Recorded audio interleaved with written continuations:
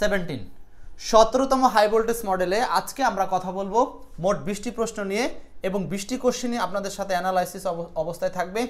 এই কোশ্চেনগুলো বেশিরভাগই সংগ্রহ করা হয়েছে এক্সপার্ট ইংলিশ বই থেকে। তো চলুন প্রথম প্রশ্নে চলে যাই। আজকের হাই ভোল্টেজ মডেলের প্রথম প্রশ্ন, 1 number, this is the book dash I lost here I lost. এই সেন্টেন্সটার মধ্যে লসটা কি হবে? অমলেশ আমাদের সাথে থাকেন নীলফামারী থেকে। মনিরুজ্জামান, এতদিন অনেক ঝামেলায় ছিলাম। কি ঝামেলায় ছিলেন? ঝামেলা মানব জীবনে আসবে, সেগুলোকে একটু সমাধানের চেষ্টা করে এগিয়ে যেতে হবে, এটাই হচ্ছে জীবন। ওকে, রংপুর থেকে আসেন হচ্ছে Saddam Hossain, right. This is the book I lost. এখানে আই লস্ট শব্দটা কি? আই লস্ট শব্দটা এখানে কোন ক্লজ? যেহেতু প্রত্যেকটা বাক্যে ক্লজ ক্লজ ক্লজ নিয়ে বলা হয়েছে, সো আই লস্ট শব্দটা এখানে ক্লজ হিসাবে কোন ক্লজ সেটা জানতে চাওয়া হয়েছে। আই লস্ট এখানে কোন ক্লজ সেটা জানতে চাওয়া হয়েছে। কোন কালারটা এখানে ভালো আসবে ভাই? ওকে, দেখেন, এটা কি নাউন ক্লজ, এটা কি অ্যাডভার্বিয়াল ক্লজ, এটা কি অ্যাডজেটিভ ক্লজ অথবা নান অফ দিস? তার মানে আমরা নর্মালি জানি ক্লজ হচ্ছে সাবঅর্ডিনেট ক্লজ, যেটা সেটা 3 ভাগে ভাগ করা যায়, রাইট? তো সাবঅর্ডিনেট ক্লজ যদি 3 ভাগে ভাগ করা যায়, তো আমাকে চিনতে হবে নাউন ক্লজ কি, চিনতে হবে অ্যাডজেটিভ কি, অ্যাডভার্ব কি। মনে রাখতে হবে, আমি এখানে একটা টিপস দিব আপনাদেরকে। যে কোনো অ্যাডজেটিভ ক্লজ চিনবেন কিভাবে? পূর্বপদ থাকবে, এই পূর্বপদের সাথে বা পূর্বপদকে মডিফাই করবে যে ক্লজটা, সেই ক্লজটার নাম হচ্ছে অ্যাডজেটিভ ক্লজ। পূর্বপদ কনজাংশন, এই পূর্বপদ অনুসারে কনজাংশন থাকলে এই পাশে যে সাবজেক্ট ভার্ব থাকে, এই পুরোটুকুর নাম হচ্ছে অ্যাডজেটিভ ক্লজ, পুরোটুকুর নাম হচ্ছে অ্যাডজেটিভ ক্লজ। তাহলে এখানে একটু খেয়াল করেন যে অ্যাডজেটিভ ক্লজ হওয়ার শর্তটা কি? কনজাংশন থাকবে, কনজাংশন অনুযায়ী পূর্বপদ থাকবে। এখন এমন একটা সেন্টেন্স দিয়েছে 37তম বিসিএসে, দেখেন দাঁত ভাঙা একটা সেন্টেন্স দিয়েছে 37তম বিসিএসে, এখানে দিয়েছে কনজাংশন বিহীন একটা ক্লজ দিয়েছে। তার মানে এইখানে আবার এরা পণ্ডিতি করে এখানে একটা কনজাংশনকে উজ্জ্ব রেখেছে। সেই কনজাংশনটা কি ছিল? This is the book. আপনি নিঃসন্দেহে এখানে বলতে পারতেছেন হুইচ আই লস্ট, যেটা আমি হারিয়ে ফেলেছি। This is the book which I lost, এইখানে হুইচ নামক কনজাংশনটা উজ্জ্ব আছে। সো আমরা নিঃসন্দেহে বুঝতেছি সাবজেক্ট ভার্ব হচ্ছে আই লস্ট আর কনজাংশন হচ্ছে হুইচ। হুইচের সাথে মিল রেখে পূর্বপদ হচ্ছে দ্য বুক। সো এখানে দেখেন, এই যে আই লস্ট, যেই বইটা আমি হারিয়ে ফেলেছি, এইটা হচ্ছে সেই বই। সো এই বুক সম্পর্কে, বই সম্পর্কে অতিরিক্ত তথ্য বা বই সম্পর্কে মডিফাই করা যে ক্লজটা, এই ক্লজটার নামই হচ্ছে আপনার সাবঅর্ডিনেট ক্লজের অ্যাডজেটিভ ভার্সন। তার মানে এখানে আমরা এই ক্লজটা কোন ক্লজ হিসাবে পেলাম? Adjective clause. মনে থাকবে। অ্যাডভার্বিয়াল ক্লজ কিভাবে পাওয়া যায়? অ্যাডভার্বিয়াল ক্লজ পাওয়া যায় হচ্ছে হাউ, হোয়ার, হোয়েন, হোয়াই দ্বারা প্রশ্ন করলে। নাউন ক্লজ কিভাবে পাওয়া যায়? নাউন ক্লজ পাওয়া যায় বাক্যের সাবজেক্ট হিসাবে, বাক্যের অবজেক্ট হিসাবে। এগুলো নিয়ে আমরা যখন একটা ক্লজের ক্লাস নিব, তখন আপনাদেরকে আরও ডিটেলস বলবো। কি ক্লজের ক্লাস করতে চান কিনা? কারা কারা ক্লজের উপরে একটা আলাদা ক্লাস করতে চান?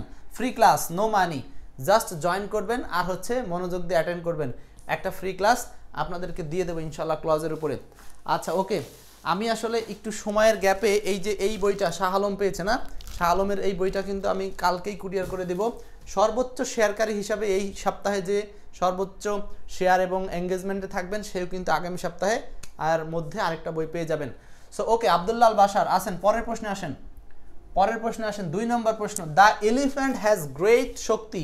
এরপর বলছে what is the noun form of pious. আচ্ছা বলেন তো, পাপের ইংরেজি যদি সিন হয়, তাহলে পুণ্যের ইংরেজি কি?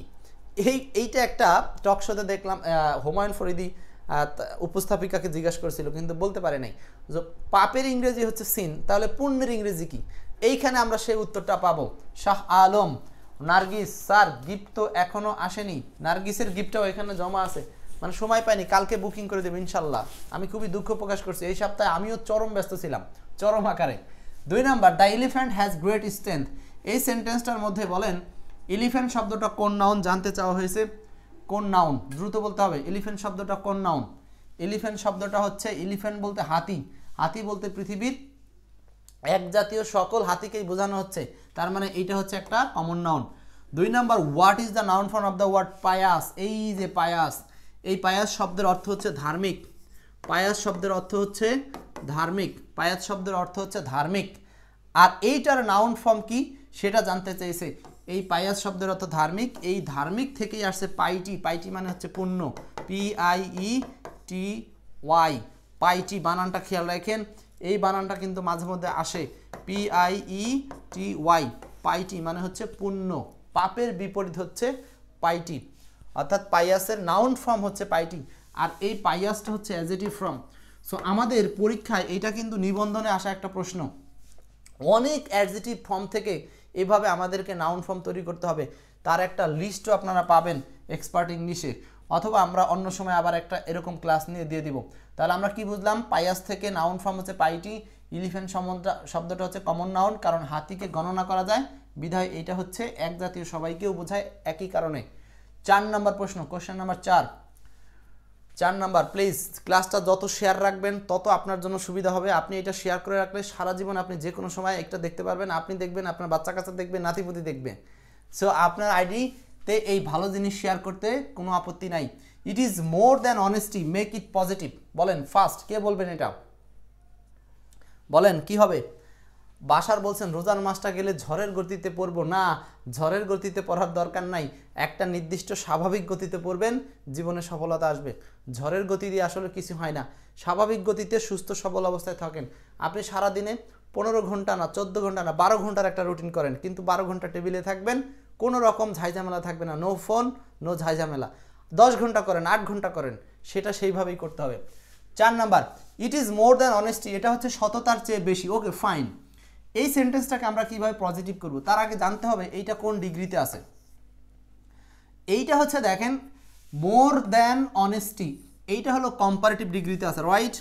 সো কম্পারেটিভ ডিগ্রি থেকে যদি সুপারলেটিভ করতে চাই, তাহলে এখানে একটা রুলস আছে। কি রুলসটা হচ্ছে 18 ঘন্টা ল্যাপটপে থাকা, কিন্তু সেটা পড়াশোনায় থাকেন, ফোনে না।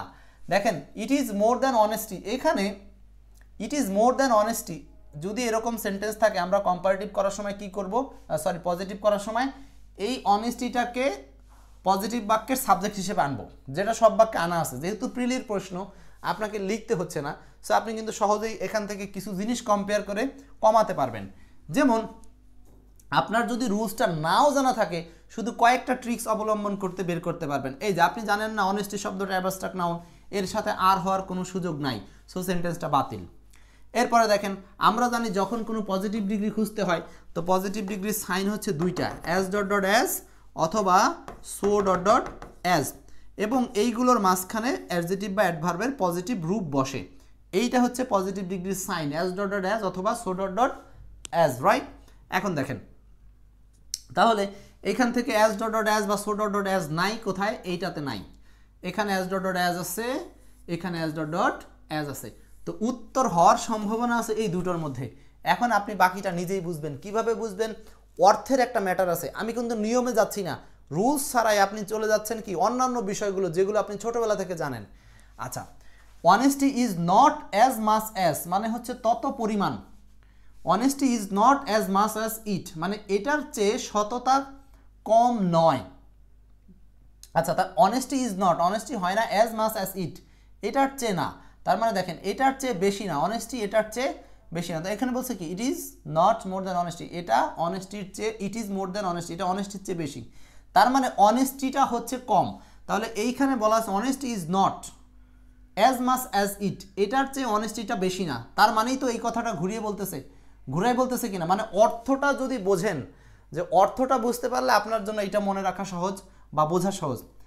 এইখানেই বলতেছে যে ইট ইজ মোর দ্যান অনেস্টি, আসলে বেশি কে, এটা নাকি অনেস্টি? ইন্টিগ্রিটি মানে সাধুতা, এটা জেরি থেকে আনা একটি গল্প, জেরি গল্প পড়েছেন না আপনারা অনেকে।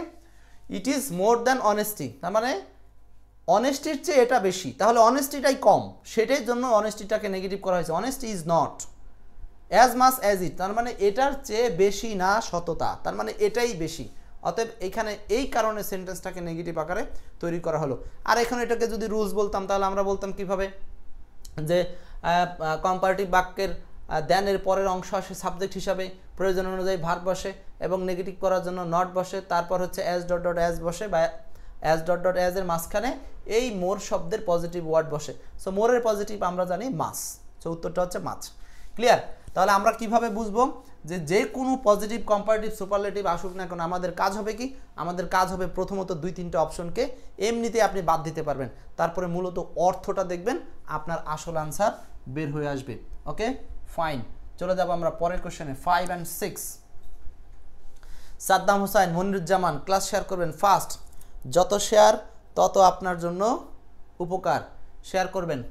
5 এবং 6 আমার জন্য উপকার, আমিও সোয়াব পেলাম, আপনারাও সোয়াব পেলেন, পুণ্য পেলেন, পাইটি পেলেন। পাইটি, পাইটি মানে পুণ্য। আজকের ক্লাসে অন্তত একটা শব্দ মুখস্থ রাখেন। Duchess is the ফ্যামিলিন of Duke duchess. Duchess দেখেন, ডাচেস, ডাচেস শব্দটা ইজ ফ্যামিলিন অফ, তার মানে বোঝাচ্ছে এইটা নিজেই একটা ফ্যামিলিন। সো কার ফ্যামিলিন, কোশ্চেনটা দেখেন একটু জাস্ট সিম্পলি পরীক্ষার হলে যদি এরকম প্রশ্ন আগে থেকে না পড়েন তাহলে আপনার বুঝতে একটু প্রবলেম হবে। বলছে ডাচেস ইজ, ডাচেস হয় ফ্যামিলিন অফ, অফ দিয়ে কোনো একটা ফ্যামিলিন, তো সেটা কার ফ্যামিলিন? সাদ্দাম হোসাইন বলেন। ডাচেস শব্দটা ফ্যামিলিন হচ্ছে ডিউকের। তাহলে আমরা ম্যাসকুলিন জেন্ডার, ফ্যামিলিন জেন্ডার এইগুলো একটু পড়বো। তাহলে ডিউক হচ্ছে, ডিউক কি? ডিউক হলো ম্যাসকুলিন আর ডাচেস হচ্ছে ফ্যামিলিন। আচ্ছা, এটা একটা সিম্পল প্রশ্ন ছিল, তাহলে আপনারা জেন্ডার অধ্যায়টা পড়বেন। জেন্ডার অধ্যায়তে পড়লে এরকম আরও অনেক গুরুত্বপূর্ণ বিষয়গুলো পাবেন এবং এটা বারবার আসা প্রশ্ন। 6 number, the invigilator made us dash our identity card at the centre. Okay, এই প্রশ্নটা আমি বলবো না, আগে আপনারা বলবেন। 6 নাম্বার নার্গিস, আগে আপনারা বলবেন। 6 বলছে the invigilator made us dash our identity card at the centre. At the centre first share করবেন, ফার্স্ট আনসার করবেন, ফার্স্ট অ্যাক্টিভ থাকবেন। জাস্ট আমরা 30 থেকে 40 মিনিটের একটা ক্লাস করব, কিন্তু পুরোটা অ্যাক্টিভ থাকবেন, পুরোটা অ্যাক্টিভ থাকবেন। দ্য ইনভিজিলেটর মেড আস, এই যে দেখেন মেড আস।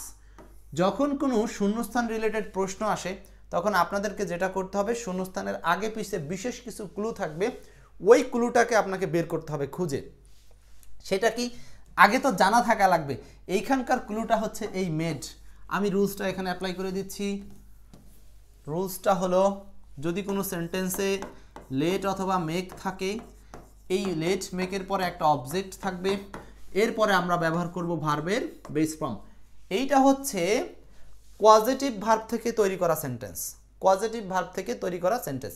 আচ্ছা, ইনভিজিলেটর মানে কি? পরিদর্শক। মেজার, আচ্ছা দেখেন,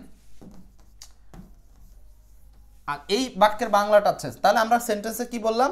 লেট অথবা মেকের পরে ব্যক্তিবস্তু যাই থাক V1 বসে। এখন মেক থেকে মেড আসতে পারে, এটা কোনো সমস্যা না। তো দ্য ইনভিজিলেটর মেড আজ show our identity card at the centre. তার মানে ইনভিজিলেটর কি করলো? আমাদের আইডেন্টি কার্ডটা সেন্টারে মানে কেন্দ্রে প্রদর্শন করতে বলল বা প্রদর্শন করাতে বাধ্য করলো।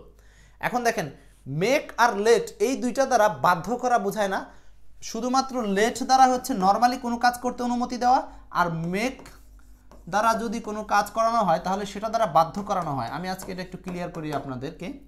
ধরেন এখানে একটা সাবজেক্ট দিলাম, আই লেট অথবা মেক ইউ, আমি একটা অবজেক্ট দিলাম, ডাইরেক্ট উদাহরণ দিলাম, প্লাস শো কার্ড। আচ্ছা, এখন দেখেন আপনি একটা পার্টিতে গেছেন, আমি নর্মালি আপনাকে গেটে থেকে বললাম যে I let you show card. এর মানে হচ্ছে আমি আপনাকে কার্ডটি শো করানোর জন্য, মানে আমি আপনার দ্বারা কার্ডটি শো করিয়ে নিলাম। তার মানে এখানে আপনি পলাইটলি আপনার দ্বারা কার্ডটি শো করালাম। কিন্তু যখন আমি এখানে মেক দ্বারা সেন্টেন্সটা করব, এর মানে হচ্ছে আমি আপনাকে কার্ডটি শো করাতে বাধ্য করালাম। মানে আপনি গেট দিয়ে ঢুকতে হলে আগে কার্ড শো করাতে হবে, কোনো মাপ নাই। কার্ড শো করাবেন তো ঢুকবেন, নাহলে ঢুকতে পারবেন না। এর মানে হচ্ছে এটা পজিটিভ ভার্ব। কেন পজিটিভ ভার্ব? হচ্ছে আপনি নিজে কার্ড শো করেন নাই, বরং আপনি অন্য কাউকে দিয়ে কার্ড শো করিয়েছেন। এই যে ইউ, মানে আমি তোমাকে দিয়ে কার্ডটা শো করিয়েছি, মানে আমি তোমার কার্ডটি দেখে নিলাম বা আমি তোমার কার্ডটি দেখিয়ে নিলাম। ক্লিয়ার? তাহলে এই লেট মেকের কাজ হচ্ছে এইখানকার এই শো ভার্বটাকে পজিটিভে রূপান্তর করা। সো এইখানে তাই বলছে যে ইনভিজিলেটর মেড আস শো, মানে ইনভিজিলেটর আমাদের দ্বারা আমাদের আইডেন্টি কার্ডটি সেন্টারে প্রদর্শন করাতে বাধ্য করালো। ঠিক আছে? আচ্ছা, এইখানে দেখছেন তো, তার মানে এখানে হলো কর্তা নিজে কাজ করবে না, কিন্তু নিজে উদ্যোগ নিবে, নিজে উদ্যোগ নিবে। ওকে, সাদ্দাম বলছেন হচ্ছে পরিদর্শক কেন্দ্রে আমাদের পরিচয়পত্র দেখাতে বলল, দেখাতে বাধ্য করলো, মানে দেখাতেই হয়েছে, না দেখানোর কোনো সুযোগ নাই। ওকে, ক্লিয়ার? এইটা হচ্ছে পজিটিভ ভার্ব, একটা অধ্যায় আছে পজিটিভ ভার্ব, যখন আমরা পড়ব সেদিন ইনশাল্লাহ বিষয়ে আরও আলোচনা হবে। 7 নম্বর প্রশ্ন, 7 ভেরি ফাস্ট শেয়ার করে দিব আমরা সবাই। Raina Nargis, late make object plus V1। Saddam, clear, অনেক ধন্যবাদ। এরপর বলেন কি হবে?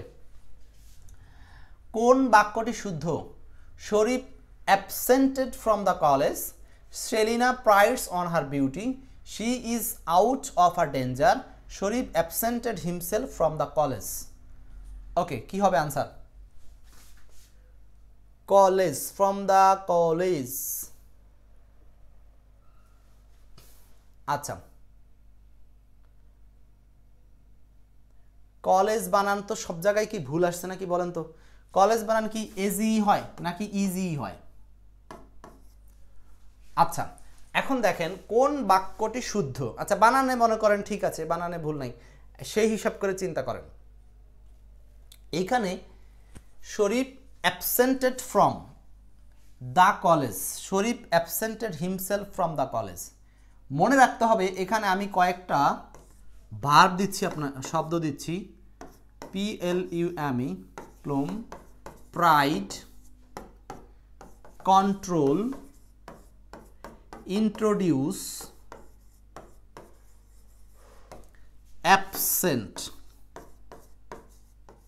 এই যে দেখেন, plum, pride, control, introduce, absent, avail, excerpt.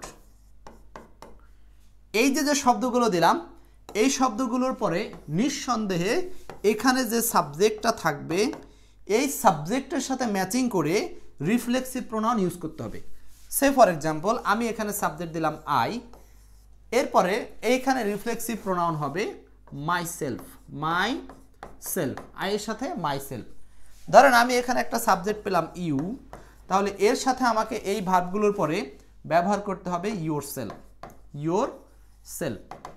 দেখেন আপনারা কিন্তু বিভিন্ন অনুষ্ঠানে বা অকেশনে দেখেন যে বলে ইন্ট্রোডিউস ইয়োর সেলফ। ক্লিয়ার? এই সেন্টেন্সটা কিভাবে আসে? ইন্ট্রোডিউস, এইখানে বলে ইয়োর সেলফ। আসলে এই ইম্পারেটিভ সেন্টেন্সের সাবজেক্ট উজ্জ ছিল ইউ, আর এর সাথে ম্যাচিং করে এখানে বলা হয় ইয়োর সেলফ। এই জন্য আমরা বিভিন্ন অনুষ্ঠানে যখন একজন একজনের পরিচয় দেয় তখন বলি কি ইন্ট্রোডিউস ইয়োর সেলফ, মানে তুমি তোমার নিজের পরিচয় দাও। ওইখানে কিন্তু সাবজেক্ট ছিল হচ্ছে ইউ, কারণ ইম্পারেটিভ সেন্টেন্সে আমরা জানি সাবজেক্ট উজ্জ থাকে ইউ। ঠিক সেমভাবে ওই ইন্ট্রোডিউসের মতোই এখানকার ভার্বটা হচ্ছে অ্যাবসেন্ট। তো যখনই অ্যাবসেন্ট ভার্ব থাকবে তখনই আপনারা এই সাবজেক্টের সাথে ম্যাচিং করে রিফ্লেক্সিভ প্রোনাউন বসাবেন। তো শরীফ হচ্ছে থার্ড পারসন সিঙ্গুলার হি, যার রিফ্লেক্সিভ প্রোনাউন হচ্ছে হিমসেলফ। তাহলে এই কারণে এখানে আনসারটা হচ্ছে হিমসেলফ যুক্ত সেন্টেন্স। ক্লিয়ার? প্রাইডস আছে কিন্তু এখানে হার্ট সেলফ নাই, এজন্য হয়নি। অ্যাবসেন্ট আছে কিন্তু এখানে হিমসেলফ নাই, এজন্য হয়নি। ক্লিয়ার? এবার বোঝা গেছে? আচ্ছা, অমলেশ বলছেন ইচ কোন প্রোনাউন? ইচ হচ্ছে ডিস্ট্রিবিউটিভ প্রোনাউন। ওকে, তাহলে এই প্রশ্নটা বুঝলাম কিনা? আশা করি বুঝতে পারছেন সবাই। ক্লিয়ার? ক্লাসটা একটু শেয়ার করে দিবেন সবাই প্লিজ। আপনাদের শেয়ারেই আমরা নতুন নতুন সবাইকেই একসাথে লাইভে নিয়ে আসতে পারবো। 8 এবং 9 বলেন, আপনার নিজের প্রয়োজনে ক্লাসটা শেয়ার করে রাখেন। 8, 9 সহজের মধ্যে একটু কঠিন প্রশ্ন দিলাম দুইটা। সাদ্দাম, plume, pride, control, introduce, absent, avail, exert, এই শব্দগুলো মনে রাখবেন। এইগুলোর পরে সবসময় রিফ্লেক্সিভ প্রোনাউন ব্যবহার করতে হয়।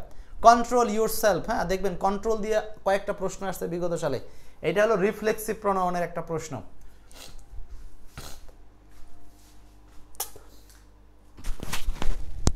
আট, 9 কোশ্চেন নাম্বার 8 এবং 9 বলেন। 8 এবং 9 সাদ্দাম কে যেন বলছেন সি হবে না, কোনটার সি বলছেন? She is out of her danger, না আউট অফ ডেঞ্জার, ওখানে হার হবে না। আচ্ছা, 8 আর 9। 8 number, the adjective of the word home. ও খুব সহজ, কিন্তু এই প্রশ্নটা যে কতবার আসে, কেন যে আসে রে ভাই, আসে কারণ আছে। দেখেন হোম শব্দটা নর্মালি আমরা জানি হচ্ছে নাউন, আর এই নাউনের সাথে যখন ly যোগ হয় তখন এটার বাংলা হচ্ছে হোমলি। এটা হলো অ্যাডজেক্টিভ। হোমলি শব্দটা কি বলেন? হোমলি হচ্ছে অ্যাডজেক্টিভ। হোমলি শব্দটা একটা অ্যাডজেক্টিভ ওয়ার্ড। আচ্ছা, ভালো কথা। এইরকম করে হোমের মতো এই জাত বংশের বেশ কিছু নাউন আছে। আপনারা লিখেন তো ফার্স্ট কে কয়টা জানেন যে নাউনের সাথে এলওয়াই যোগ করলে সেটা অ্যাডজেক্টিভ হয়ে যাবে। একেবারে সিরিয়াস থেকে একটা রুলস, ফকফকা প্রয়োজনীয় একটা রুলস। এই যে সম্পর্কবাচক বেশ কিছু শব্দ দিয়ে পরীক্ষা আসে, ফাদার এটার সাথে এলওয়াই যোগ করে দিবেন, অ্যাডজেক্টিভ হয়ে যাবে। নর্মালি আমরা জানি এলওয়াই যুক্ত থাকলে সেটা অ্যাডভার্ব হয়, কিন্তু নাউনের সাথে এলওয়াই থাকলে সেটা হয় অ্যাডজেক্টিভ। যেমন ফাদার নাউনের সাথে এলওয়াই ফাদারলি, ঠিক একইভাবে হোমের সাথে L Y homely adjective. Motherly MOTHER motherly, sisterly sisterly, brotherly friendly brotherly brotherly, friendly friendly friendly. এই যে শব্দগুলো, এই শব্দগুলোর সাথে এলওয়াই যুক্ত হয়েছে এবং এইগুলো সব হলো অ্যাডজেক্টিভ। আমার প্রশ্ন হলো এই অ্যাডজেক্টিভগুলোর অ্যাডভার্ব কি? এই অ্যাডজেক্টিভগুলো, এই যে নাউন থেকে তৈরি করলেন একটা অ্যাডজেক্টিভ হলো, এখন এই অ্যাডজেক্টিভগুলোকে আপনি অ্যাডভার্ব করবেন কিভাবে? আমি একটা উদাহরণ দিয়ে জিনিসটাকে বোঝানোর চেষ্টা করব। কিভাবে অ্যাডভার্ব করবেন কে বলতে পারবেন? কিভাবে আমরা এগুলোকে অ্যাডভার্ব করব? যেমন আমি যদি বলি, একটা উদাহরণ দিলাম, শি শি লেখা দেখা যাচ্ছে, she behaved she behaved with me। এইখানে আমি একটা ব্র্যাকেটের শব্দ দিলাম, সেটা হলো ফ্রেন্ড। এইবার এই প্রশ্নটা আপনাকে একটা কারেকশন রিলেটেড কোশ্চেন দিল। এখন বলেন তো আপনি এই ফ্রেন্ডকে চেঞ্জ করে এখানে কি লিখবেন, কিভাবে লিখবেন? শাহ আলম, মনিরুজ্জামান, এখন দেখেন এখানে ফ্রেন্ড শব্দটা ব্র্যাকেটে দিয়েছে। এই বাক্যে এই ফ্রেন্ডের অবস্থানটা অ্যাডভার্বের পজিশন। কিভাবে? কারণ এই বাক্যে মেইন ভার্ব বিহেভ। সো কেউ কিভাবে আচরণ করবে সেটাকে আমরা কিভাবে লিখব? ফাইন, এইটাকে আমরা প্রকাশ করব হচ্ছে in a friendly way, in a friendly way, অথবা বলা যায় in a friendly manner, in a friendly way অথবা ইন এ ফ্রেন্ডলি ম্যানার। এইটা হচ্ছে অ্যাডভার্ব। এই পুরোটা আপনাকে ফ্রেজ আকারে ইউজ করতে হবে। এখান থেকে যদি আপনি এও বাদ দেন তাও এই ফ্রেজটা কমপ্লিট হবে না, ভুল হবে। সো আমাকে লিখতে হবে ইন এ ফ্রেন্ডলি ওয়ে, বড়জোর ওয়ের জায়গায় আপনি চেঞ্জ করে লিখতে পারেন হচ্ছে in a friendly manner, in a friendly manner. Clear? এই যে ইন এ কোনোটাই বাদ দেওয়া যাবে না, পুরোটা মিলেই হচ্ছে একটা অ্যাডভার্বিয়াল ফ্রেজ। তাহলে আমরা বুঝলাম কি, নাউন থেকে এলওয়াই যোগ করে সেটা অ্যাডজেক্টিভ হয় এবং সেই অ্যাডজেক্টিভগুলোকে অ্যাডভার্ব করার জন্য in A dot dot way নামক ফ্রেজ ব্যবহার করতে হয়। In A dot dot way, এই ডট ডটের জায়গায় আপনি in a fatherly way, in a motherly way, হ্যাঁ, ইন এ ফ্রেন্ডলি ওয়ে, যে কোনো একটা ব্যবহার করতে পারবেন। ওকে, তাহলে 8 নম্বরের বিশ্লেষণটা ক্লিয়ার। হাই ভোল্টেজ মডেলে এই বিশ্লেষণগুলোই আপনাদের জন্য সবচেয়ে জরুরি, কারণ হুবহু কোশ্চেনটা আপনার পরীক্ষায় কমন পড়বে এটা নিশ্চয়তা নাই, কিন্তু ব্যাখ্যা থেকে কোশ্চেন কমন আসবে এটা নিশ্চয়তা আছে। সো চলে আসেন 9 নম্বর প্রশ্নে। Article is used based on অথবা ডিপেন্ডিং অন অথবা যেটাই বলুক, আর্টিকেল ব্যবহার হয় কিসের ভিত্তিতে? প্রোনাউন্সিয়েশন, প্রোনাউন্সিয়েশন মানে উচ্চারণের ভিত্তিতে। সাউন্ড মানে শব্দ, শব্দের ভিত্তিতে না। স্পেলিং মানে বানান, বানানের ভিত্তিতে না। মিনিং অর্থের ভিত্তিতে না। ব্যবহার হবে হচ্ছে প্রোনাউন্সিয়েশনের ভিত্তিতে, মানে উচ্চারণের ভিত্তিতে। এখানে যদি কোথায় থাকতো লেটার, লেটারের ভিত্তিতে, তাহলে কি আপনি লেটার আনসার করতেন? যদি কোথায় থাকতো ভাওয়েল কনসোনেন্ট, আপনি কি ভাওয়েল কনসোনেন্ট বলতেন? না, সেটা হবে না। আসল কথা হচ্ছে প্রোনাউন্সিয়েশন। ভাওয়েল কনসোনেন্ট প্রোনাউন্সিয়েশনের দুইটা ধরন বটে, কিন্তু আপনাকে উত্তর করতে হবে প্রোনাউন্সিয়েশন। সো এই প্রশ্নটা পরীক্ষায় আগে এইভাবে আসছিল, ভবিষ্যতে যে এই অপশন থাকবে তা কিন্তু না। আপনার পড়াশোনাটা একটু রিসার্চে আনতে হবে। কারণ হলো এই রিসার্চ ছাড়া আপনি যখন পড়াশোনা করবেন পরীক্ষার হলে আপনি দেখবেন যে বারবার আনকমনগুলো পাচ্ছেন না। হ্যাঁ, শুধু বিগত সাল পড়বেন তা নয়, বিগত সালটাকে একটু এক্সপ্লেইন করে পড়বেন। Next 10 number. I thought that dash was the last one. ওকে, বলেন। I thought that dash was the last one. I thought that, আমি চিন্তা করেছিলাম যে dash was the last one. dash was the last one. এই প্রশ্নটা আমি জানি যে অনেকে ভুল করবেন, সম্ভাবনা আছে। এটা 24তম বিসিএস আসা প্রশ্ন, মানে এটা অনেক জায়গাতে কাজে লাগবে। 24তম বিসিএস আসা প্রশ্ন, বলেন কি হতে পারে উত্তর? I thought that dash was the last one. The most prettiest of all, prettiest one of all, the prettiest one from all, the prettiest one of all. আচ্ছা, এখন দেখেন হামিদুর বলছিলেন কাওয়ার্ড থেকে অ্যাডজেক্টিভ কাওয়ার্ড, রাইট। আলোর পথে প্রতীক, কে যেন আপনি, আপনার নামটা কি ছিল? আচ্ছা, এখন দেখেন the most prettiest of all, the prettiest one of all, the prettiest one from all, the prettiest one of all. আহা, কি প্রশ্ন, কি প্রশ্ন, উত্তরটা কি হবে? আচ্ছা, প্রথমেই আমরা এইখান থেকে কিছু অপশনের ঝামেলা থেকে কিছু প্রশ্ন অপশন আমরা বাদ দিতে পারি। সেটা কিভাবে? যেমন দেখেন, আমি বলি, এখানে মোস্ট কথাটা আছে আর এখানে প্রিটিয়েস্ট আছে। সো প্রিটি শব্দটা নর্মালি এখানে প্রিটি থেকে প্রিটিয়েস্ট সুপারলেটিভ, তো যেটা প্রিটি থেকে সুপারলেটিভ করা আছে প্রিটিয়েস্ট, তো তার সামনে মোস্ট ব্যবহার করাটা এইটা হলো রিডান্ডেন্ট মূলক প্রবলেম। তার মানে এখানে কখনো এটা ব্যবহার করা যাবে না। প্রিটিয়েস্ট দিলেন আপনি, কিন্তু এর সামনে আর্টিকেল দি দিলেন না, সুপারলেটিভের সামনে দি দিতে হয়, দেওয়া নাই, এটাও ভুল। The prettiest one from all, the prettiest one of all. So আমরা কোনটা ব্যবহার করব?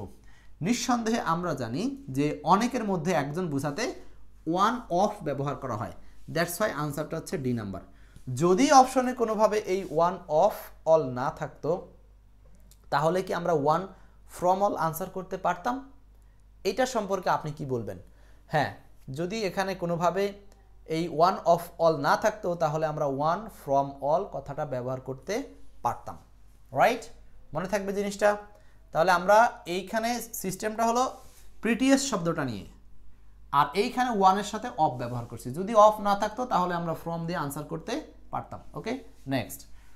এটা ছিল ডিগ্রি অধ্যায় থেকে আনা একটা প্রশ্ন, ডিগ্রি অধ্যায় থেকে আনা প্রশ্ন। 11 number, choose the correct sentence, 26তম বিসিএস এ আসা প্রশ্ন। ঠিক আছে, পেরেছেন, আলোর পথে প্রতীক পেরেছেন, অনেকেই পেরেছেন, বাহ, সুন্দর। চুজ দ্য কারেক্ট সেন্টেন্স, এইটা বলেন। 26তম বিসিএস প্রশ্ন, 26তম বিসিএস আসার একটা প্রশ্ন, 26তম বিসিএস এ একটা আসা প্রশ্ন।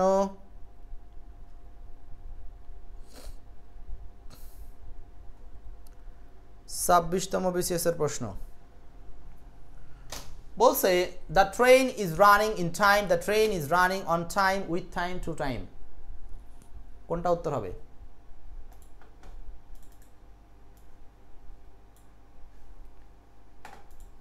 দেখেন এখানে the train is running in time on time. আচ্ছা, এটা অনেকেই হয়তো জানেন যে নির্দিষ্ট টাইম মতো, অর্থাৎ সময়ের যখন নির্দিষ্ট শিডিউল ফলো করে, অর্থাৎ একটা ফিক্সড টাইমে কোনো যানবাহন চলাচল করে বা ফিক্সড টাইমে কোনো একটা অনুষ্ঠান হবে, মানে পূর্ব নির্ধারিত একটা ফিক্সড টাইম বোঝাতে আমরা সেখানে ব্যবহার করব হচ্ছে on time, on time. So B এর আনসারটা হচ্ছে এটা, রানিং অন টাইম। 11 নম্বরটা হচ্ছে on time, the train is running on time. খুব খুব খেয়াল এই প্রশ্নটা, অন টাইম। এই অন কথাটা আর কোথায় কোথায় বসে জানেন তো? ফিক্সড কোনো তারিখ, যেমন আপনার হচ্ছে বার্থডে 22 তারিখ, 23 তারিখ, যে কোনো একটা ডেট উল্লেখ থাকবে মাসে, ওইখানে হচ্ছে অন 22 জানুয়ারি, অন 22 ফেব্রুয়ারি, এরকম স্পেসিফিক টাইমের ক্ষেত্রে আমরা অন ব্যবহার করব। আমরা ইনশাল্লাহ সামনে প্রেপোজিশন নিয়ে একদিন একটা বড় ক্লাস নেব, রেগুলার লাইভে যুক্ত থাকেন।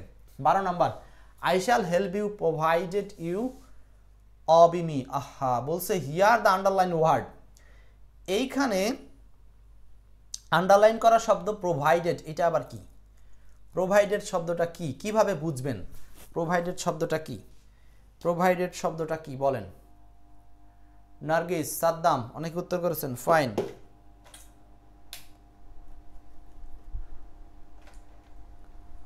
প্রোভাইডেড, প্রোভাইডেড শব্দটি কি হবে? এখানে এই যে প্রোভাইডেড, আচ্ছা আমরা অবশ্যই মনে রাখবো যে একটা ক্লজ হওয়ার শর্তটা কি? ক্লজ হওয়ার শর্তটা কি dear brothers and sisters? Clause হওয়ার শর্ত হচ্ছে সাবজেক্ট প্লাস একটা ফাইনাইট ভার্ব লাগে, তাই না? এখন একটা সাবজেক্ট এবং একটা ফাইনাইট ভার্ব যুক্ত অংশটার নাম হলো ক্লজ। এইরকম ক্লজ যদি একটা বাক্যে দুইবার থাকে, তাহলে আমাকে বুঝতে হবে ওই বাক্যে কয়টা ক্লজ হলো? দুইটা ক্লজ হলো। এখন কোন সেন্টেন্সে দুইটা ক্লজ কখনোই একা বসতে পারে না যদি সেখানে একটা কনজাংশন না থাকে।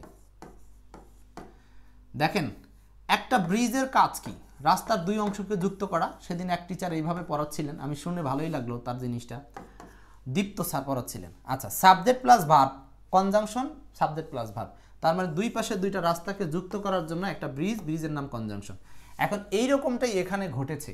সেটা কি, এই যে একটা সাবজেক্ট, এই যে একটা ভার্ব, এই যে একটা সাবজেক্ট, এই যে একটা ভার্ব, তার মানে দুই পাশে দুইটা সাবজেক্ট দুইটা ভার্ব, এটাকে যুক্ত করছে প্রোভাইডেড দিয়া।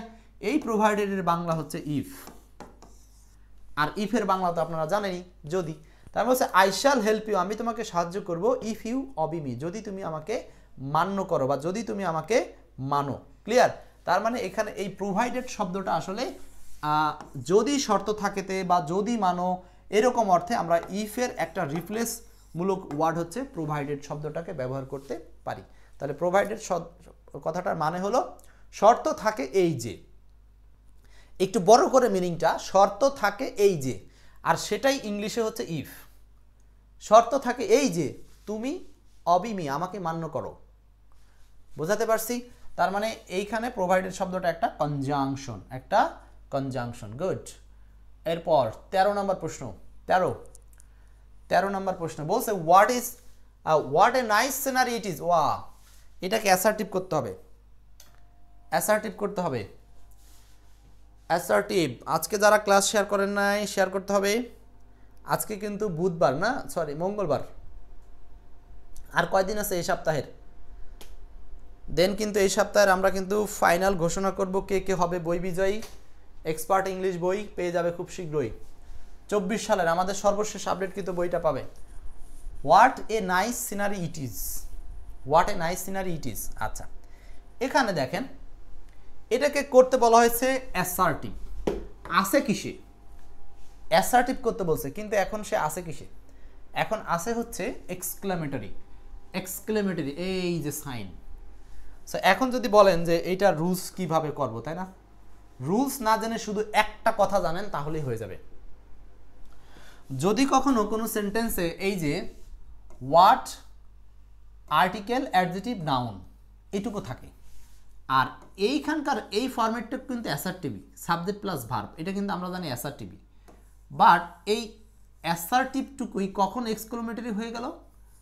যখন সামনে এই যে what, adjective, article, adjective, noun আছে। তার মানে এই অবস্থাতে এটা হয়ে গেছে অ্যাসার্টিভ, এক্সক্লেমেটরি। অ্যাসার্টিভ করার সময় এই ইটিসটাকে নিয়ে আসবেন সামনে, কোনো সমস্যা নাই।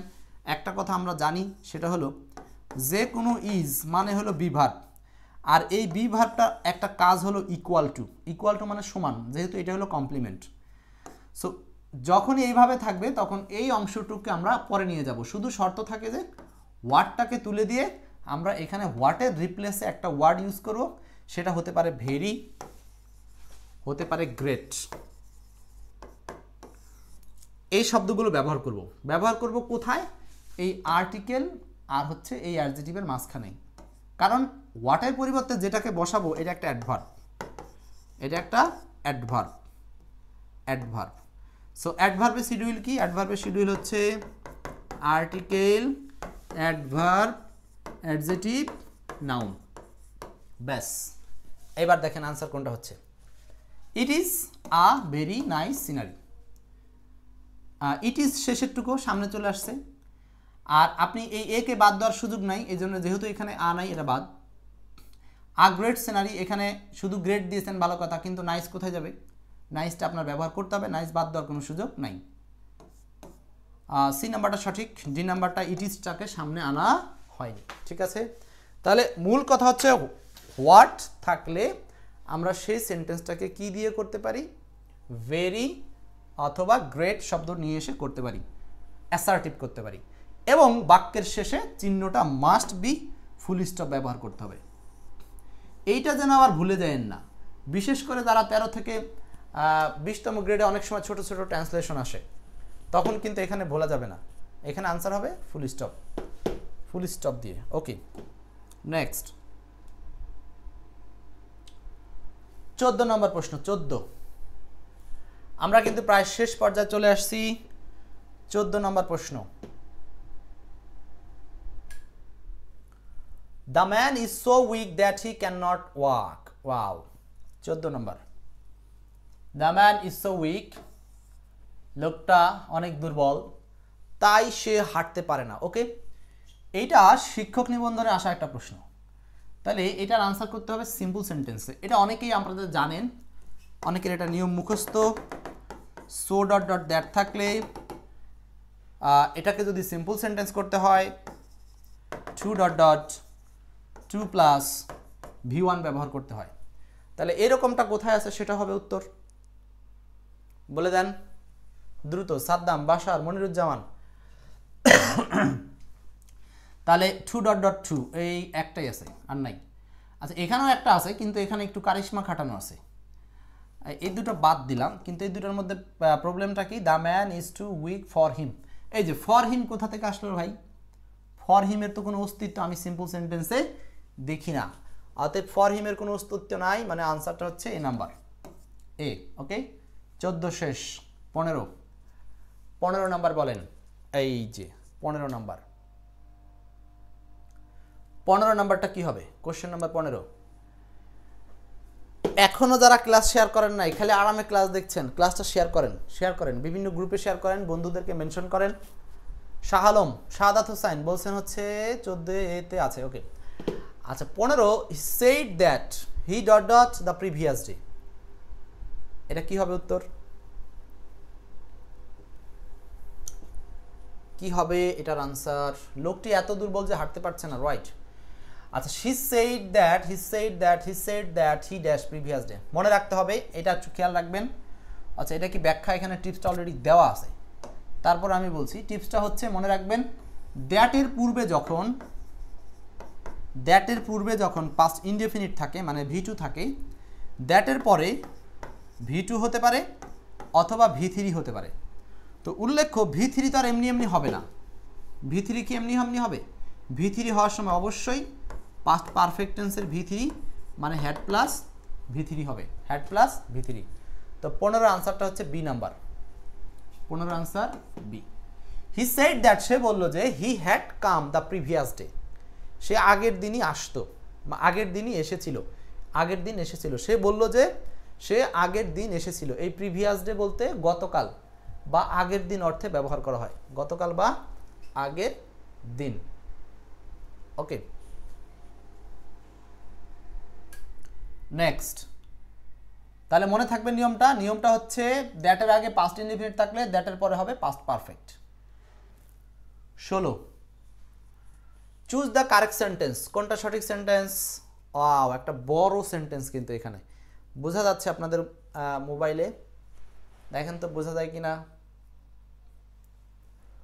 চুজ দ্য কারেক্ট সেন্টেন্স, এখানে কোনটা সঠিক সেন্টেন্স?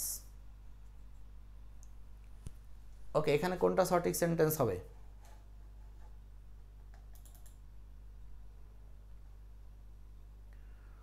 কোনটা সঠিক সেন্টেন্স হবে এখানে?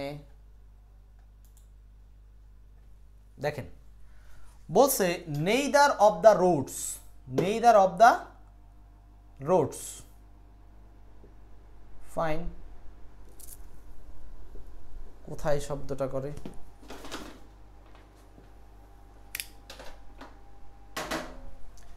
Neither of the Rhodes. আচ্ছা, নেইদারের পরে রোডস হবে এটা শিওর, কারণ নেইদারের পরে প্লুরাল হবে, কারণ যেহেতু অফ ব্যবহার করা আছে। সো আপনি প্লুরাল ইউজ করেন,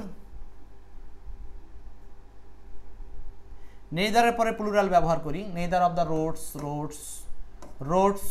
রোডস, কোনো সমস্যা নেই। এখন এরপরে আমরা ভার্ব নিয়ে টেনশনে পড়ে যাব, কারণ নেইদার যদি সাবজেক্টের পজিশনে থাকে তাহলে এই নেইদারটা সিঙ্গুলার। সো সিঙ্গুলারের সাথে ম্যাচ করে ভার্ব দিবেন, সিঙ্গুলারের সাথে আর হওয়া সম্ভব না।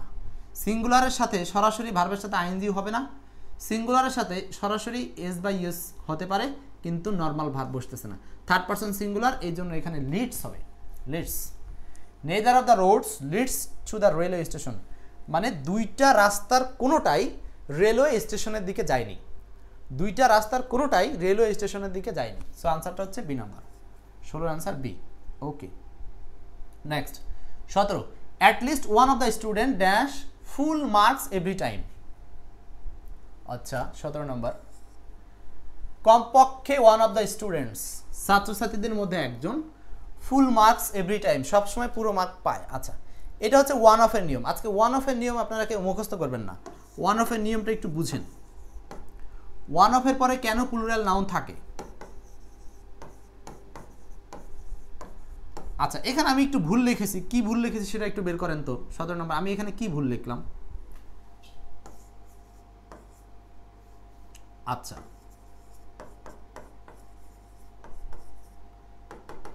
কোনটা আসলে কেন হয় আমরা মনে রাখার জন্য বলতেছি বা বুঝিয়ে বলতেছি জিনিসটা। ওয়ান অফ দ্য স্টুডেন্ট কথাটার মানে ছাত্রটির একজন, এটা কি সঠিক নাকি ছাত্রদের একজন? কি হওয়া উচিত?